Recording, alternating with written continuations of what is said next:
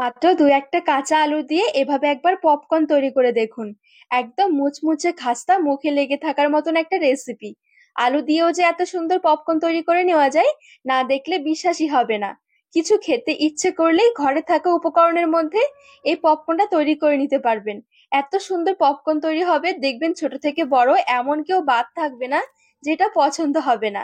একদম মুচমুচে খাস্তা, চায়ের সাথে খেতেও দারুণ লাগে। আর তাছাড়া এরকম একটু সস লাগিয়ে খেয়ে দেখুন, ভীষণ ভালো লাগে। নমস্কার বন্ধুরা, নতুন একটা পর্ব দেখার জন্য আপনাদের সকলকে স্বাগত জানাই। আজকে বানিয়ে দেখাবো কাঁচা আলুর পপকর্ন। একদম মুখরোচক একটা স্ন্যাক্স বলতে পারেন।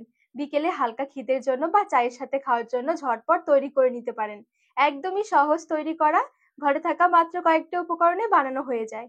তো চলুন, আশা করছি রেসিপিটি আপনাদের অনেক ভালো লাগবে। আজকে এই আলুর পপকর্ন তৈরি করতে আমি এখানে 3টে মিডিয়াম সাইজের আলু নিয়েছি। এই 3টে আলু দিয়ে কিন্তু অনেকগুলো পপকর্নই তৈরি করা যাবে। চাইলে আরো কম আলু নিয়েও তৈরি করতে পারেন। এবার একটা বটি নিয়েছি, বটির সাহায্যে আলুগুলো একটু কেটে নেব।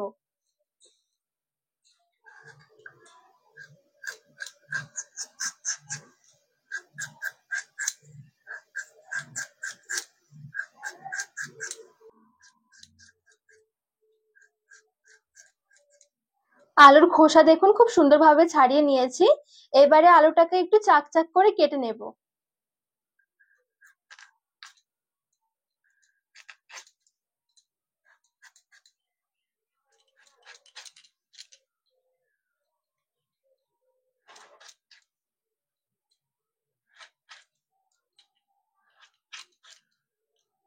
এই দেখুন, ঠিক এরকম একটু চাক চাক করে কেটে নিতে হবে আলু। একটা বাটির মধ্যে নিয়ে নিচ্ছি। তো সবগুলো আলু ঠিক আমি এরকম করে একটু চাক চাক করে কেটে জলে নিয়ে নেব।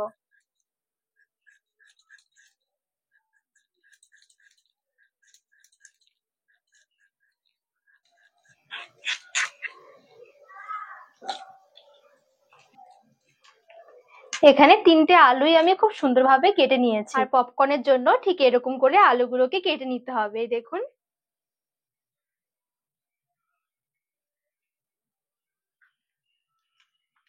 আলুগুলো একটু জল পাল্টে পাল্টে পরিষ্কার করে ধুয়ে নেব। পপকর্নের জন্য আলুগুলো এবারে একটু সেদ্ধ করে নেব। এবারে ধুয়ে রাখা আলুগুলো কড়াইয়ে নিয়ে নিচ্ছি।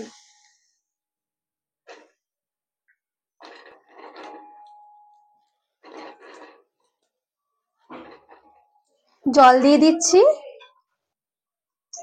সেদ্ধ করার সময় অল্প একটু লবণ দিয়ে দিচ্ছি।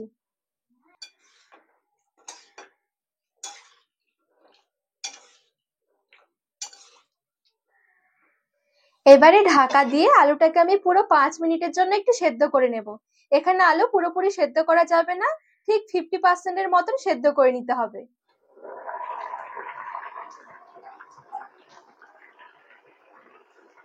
এখানে আমি আলু পুরো 5 মিনিট সময় নিয়ে একটু সেদ্ধ করে নিয়েছি।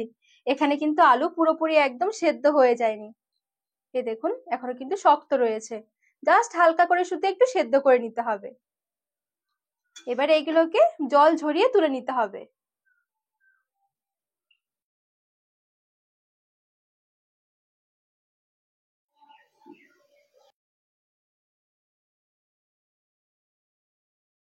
তো এই দেখুন, সেদ্ধ করা আলুগুলো খুব সুন্দরভাবে আমি তুলে নিয়েছি। এবারে এদিকে আমি একটা বাটি নিয়েছি। বাটির মধ্যে নিয়ে নিচ্ছি হাফ কাপ ময়দা, আর হাফ কাপ দিয়ে দিচ্ছি কর্নফ্লাওয়ার। যদি হাতের কাছে কর্নফ্লাওয়ার না থাকে তাহলে চালের গুঁড়োও দিতে পারবেন। আর যদি চালের গুঁড়ো বা কর্নফ্লাওয়ার যে কোনো একটাও না থাকে তাহলে শুধু ময়দা দিলেও হবে। এবারে আমি কয়েকটা মশলা দিয়ে দেব। এখানে একটু জিরের গুঁড়ো নিয়েছি, ধনে গুঁড়ো নিয়েছি, লাল লঙ্কার গুঁড়ো, গোলমরিচের গুঁড়ো আর একটু গরম মশলার গুঁড়ো। আর হাতের কাছে যদি এরকম একটুখানি ম্যাগি মশলা ম্যাজিক থাকে তাহলে একটু দিয়ে দিতে পারেন, ফ্লেভারটা খুব সুন্দর আসবে।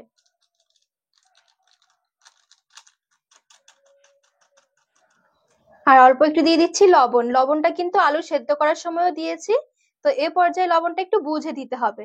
এবারে অল্প অল্প করে জল দিয়ে ঘন একটা ব্যাটার বানিয়ে নেব।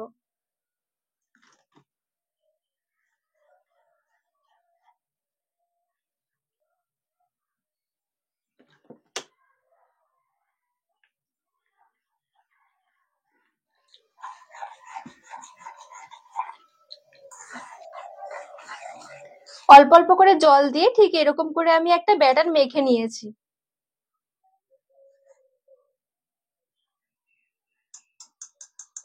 আর এদিকে অল্প শুকনো ময়দা লাগবে, তো একটা থালার মধ্যে একটু ময়দা নিয়ে নিচ্ছি। তো এই দেখুন অল্প করে একটু ময়দা নিয়ে নিয়েছি, ময়দার মধ্যে কিছু মেশাতে হবে না। তো এই দেখুন এখানে আমি তিনটে জিনিস একসাথে রেডি করে নিয়েছি। এবারে চলুন পপকর্ন গুলো তৈরি করে নেব। তো এখান থেকে আমি এরকম একটা ছোট্ট একটা আলু নিয়ে নিচ্ছি, যে সেদ্ধ করে রেখেছিলাম। এবারে এই ব্যাটারের মধ্যে দিয়ে দিচ্ছি। খুব ভালোভাবে ব্যাটারটা আমি লাগিয়ে নেব।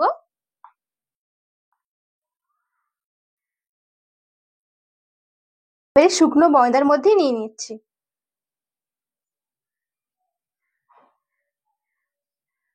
এবারে উপরে এরকম করে শুকনো ময়দা দিয়ে একটু কোট করে নিতে হবে। আর হালকা হাতে এভাবে করে একটু চেপে চেপে ঘুরিয়ে নিতে হবে। খুব বেশি চাপতে হবে না, এরকম একটু ঘুরিয়ে নিলেই হয়ে যাবে।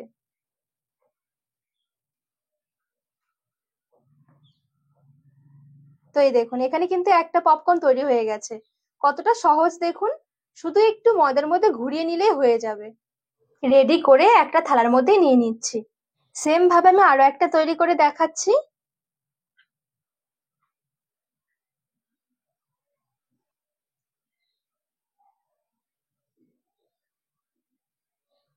এভাবে করে একটু ময়দা ছড়িয়ে নিতে হবে, আর হালকা হাতে এভাবে করে একটু ঘুরিয়ে নিতে হবে।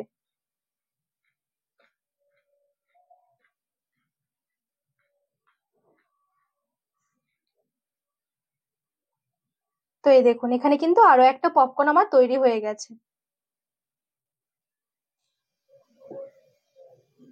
তো বাদ বাকি পপকর্ন গুলো ঠিক আমি একইভাবে বানিয়ে নেব।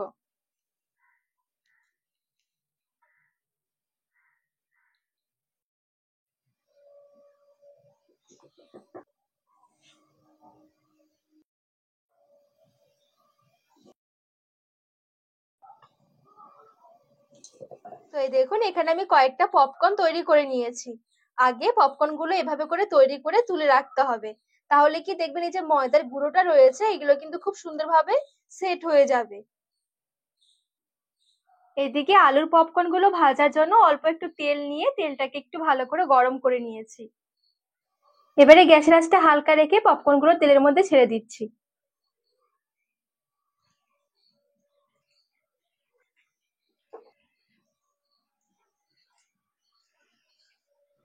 এইখানে কয়েকটা পপকর্ন আমি তেলের মধ্যে ছেড়ে দিয়েছি। এবারে এগুলো মিডিয়াম থেকে হাই আঁচের মাঝামাঝি রেখে ভেজে নিতে হবে। আর এই দেখুন কত সুন্দর হয়েছে দেখতে পপকর্ন গুলো। উল্টে পাল্টে নেড়ে চেড়ে একটু লালচে করে ভেজে নেব। এখানে পপকর্ন গুলো ভাজতেও দেখবেন খুব বেশি সময় লাগবে না, যেহেতু আলুটা আগে থেকে অর্ধেক মতন সেদ্ধ করা রয়েছে। এখন যেটুকু ভাজা হবে এইটুকুতে দেখবেন আলুটা পুরোপুরি নরম হয়ে যাবে। তো এখানে দেখুন খুব সুন্দর কিন্তু একটা কালার এসে গেছে, আর দেখতেও কতটা সুন্দর লাগছে পপকর্ন গুলো। এবারে এগুলোকে তেল ঝরিয়ে তুলে নিতে হবে। একদম মুচমুচে করে ভাজা হয়ে গেছে, অল্প সময়ের মধ্যে দেখবেন ভাজাও হয়ে যাবে। খুব সুন্দর এরকম একটা কালার যখনই আসবে তেল ঝরিয়ে তুলে নিতে হবে।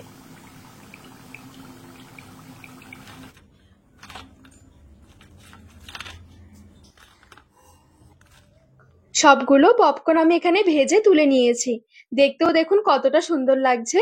গরম গরম এবারে সস বা একটু চায়ের সাথে পরিবেশন করতে পারেন।